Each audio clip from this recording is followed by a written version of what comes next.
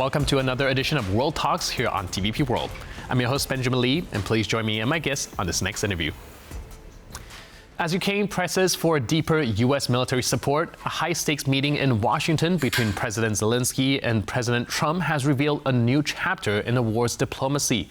From drone-for-missile trade talk to back-channel calls with Putin, signals are flying fast. Joining us today on TVP World to unpack the message behind the optics is Rostyslav Khotin, senior editor at Radio Free Europe, a leading voice on Ukrainian geopolitics as well as Russian strategy. Hello and welcome to TVP World. Hello, Benjamin. So, of course, we're still waiting for the press conference after these talks, but there's already some information before that is coming out. For example, Trump saying that Tomahawk missiles might provoke escalation and, quote, a lot of bad things can happen. How should we interpret some of these messaging that's been coming out? I think now the chances that Tomahawk missiles will be delivered to Ukraine, will be given to Ukraine by the United States, are much, much lesser than 2 days ago, let's say. For instance, especially after Trump-Putin phone call on Thursday, when Putin said that it will mean escalation and will lead to worsening of Russian-American relations. It seems that Trump has got this message. Now his stance is like, we might be able to solve the war, to bring peace to Ukraine, even before delivery of Tomahawks. We don't need them. Another message from Trump is that actually the United States badly need Tomahawks for their own defense purposes, so that they do not have so many Tomahawks in stock to be able to deliver them to Ukraine. That's another thing. But Zelensky offered a deal. America gives Ukraine Tomahawks missiles, cruise missiles, in exchange for Ukrainian produced drones being delivered to Pentagon, to the United States, because Ukraine produced a lot of drones, and drones slowly replace other means of war, of modern warfare, especially in the Russian-Ukrainian war. So the chances are less, but for Ukrainians, Tomahawks were not needed as a striking weapon per se. Ukrainians needed Tomahawks as a political weapon, as a political tool to influence to force Russia to negotiate, to force Putin to come to negotiating table. Ukrainians needed Tomahawks as a powerful political weapon, also to increase the Ukrainian general strength, the strength of Ukrainian armed forces. Also, Tomahawks would have been for Ukraine as a sign of American solidarity with Ukraine, of American trust in Ukraine, of American trust in American hope in Ukrainian ability to win this war. That's Tomahawks would have been played a role, not even been used to strike Moscow or other targets in Russia, as some will think that Ukrainian needed these weapons. No, Tomahawks were political weapons for Ukraine in the first place. All right, I think you brought up a very important point here. Speaking to a lot of military analysts, they have also echoed the same thing, whereas a lot of people are focusing on where the Tomahawk can strike and how effective it is as a tool of war. A lot of analysts also mentioned that this is also more of a symbolic kind of victory for Ukraine to be able to procure these missiles. So going on that line of logic, the fact that Trump is a little bit more hesitant to provide these Tomahawk missiles, does that mean that it's also a signal that Trump is not all in on the support of Ukraine after this call with President Putin? I think he's all in, but he, again, as before, several times before, just before or after contact with the Kremlin, with Putin, or phone call or meeting in Alaska, Trump wants to be seen as a kind of impartial mediator between Ukraine and Russia. He tries to slightly distance himself from Ukraine and slightly leans towards Russia, like to have this kind of balancing act as a honest mediator, not to be seen as too pro-Ukrainian. That's why he makes such statements about Tomahawk missiles, about need for America to have them for their own defense purposes, and so on and so forth. So he wants to be kind of slightly equally distanced from both Kiev and Moscow, but he's not abandoned Ukraine. Definitely, he hasn't. But he needs this kind of diplomatic game, especially before his possible summit with President Putin of Russia in Hungary, in Budapest, probably within 2 weeks or maybe slightly later. But he also feels that he has a real chance to stop this war. And President Zelensky also said clearly in the White House that he believes that President Trump has a strength and ability to end this war.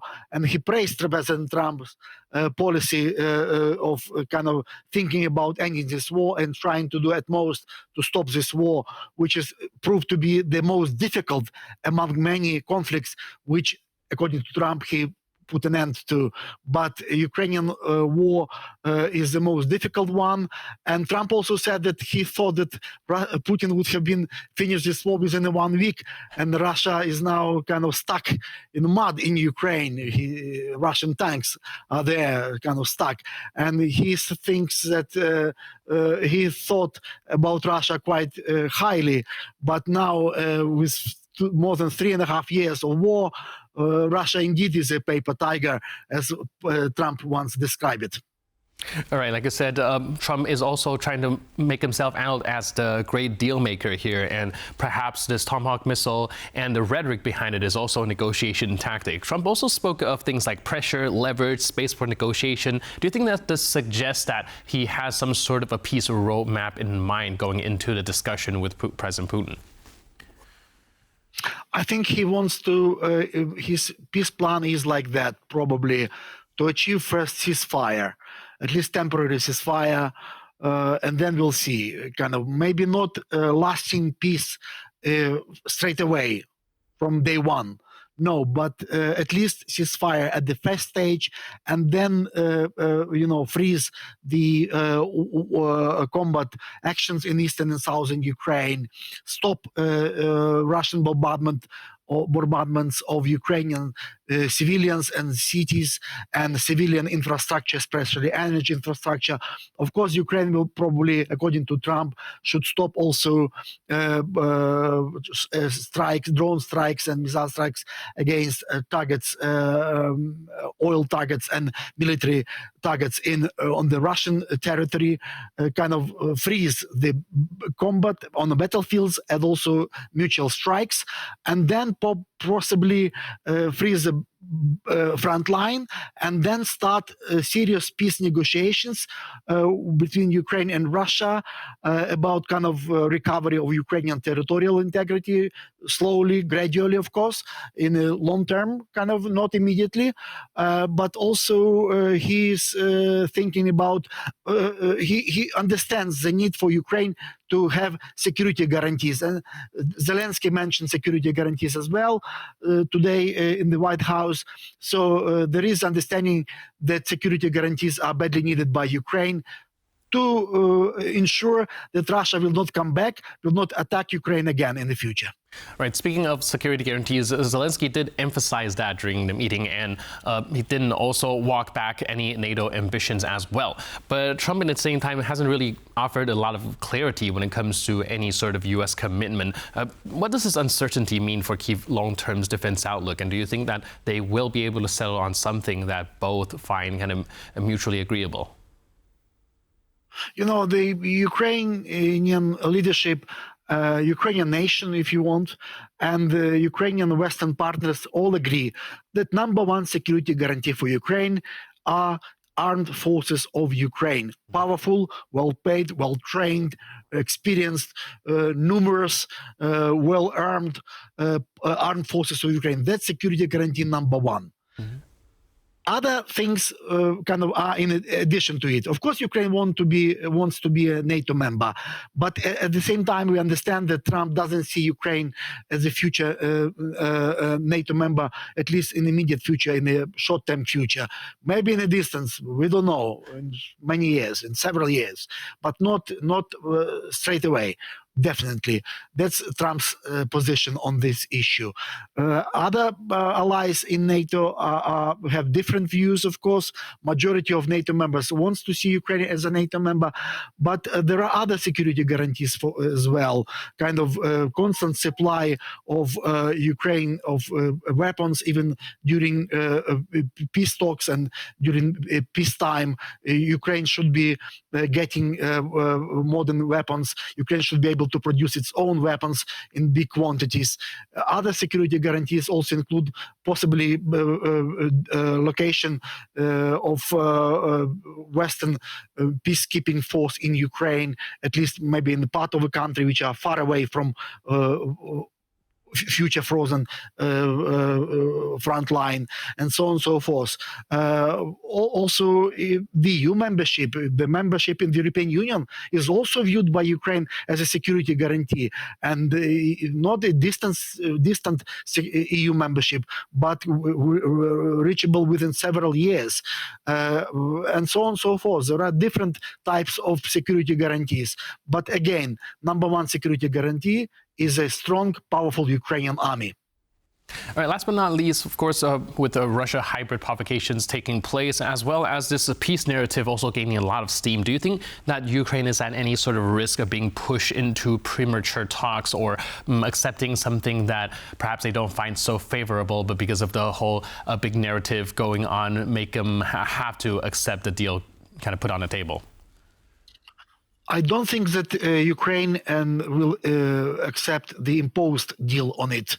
I don't think that Americans will try to push Ukraine into kind of a favorable deal with Russia. I think that there is understanding in Washington that this peace cannot be imposed. This peace should be fair, lasting, and kind of long-term peace. Also, Ukraine has except for the United States, Ukraine has other allies, and Europeans are standing behind Ukraine, very close to Ukraine, supporting Ukraine, and they will they will do at most, Europeans will do at most to convince Americans that if you want to impose an unfavorable deal on Ukraine, you shouldn't do that. Don't go this path. Don't do this.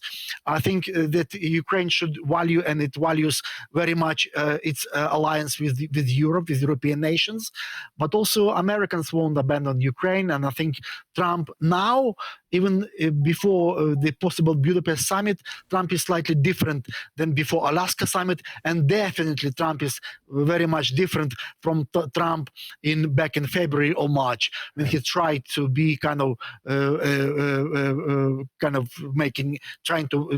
to make a deal with Russia. All right, so there's still, of course, a lot of uncertainties in the air, but what is certain is that the next few days is going to be very pivotal. Thank you so much for your input and insight. Really appreciate it. Thank you, Benjamin. Thanks. And thank you for tuning into this edition of World Talk. Of course, more follow-up to come, and there will be a press conference being broadcasted soon, so please stay tuned to TVP World.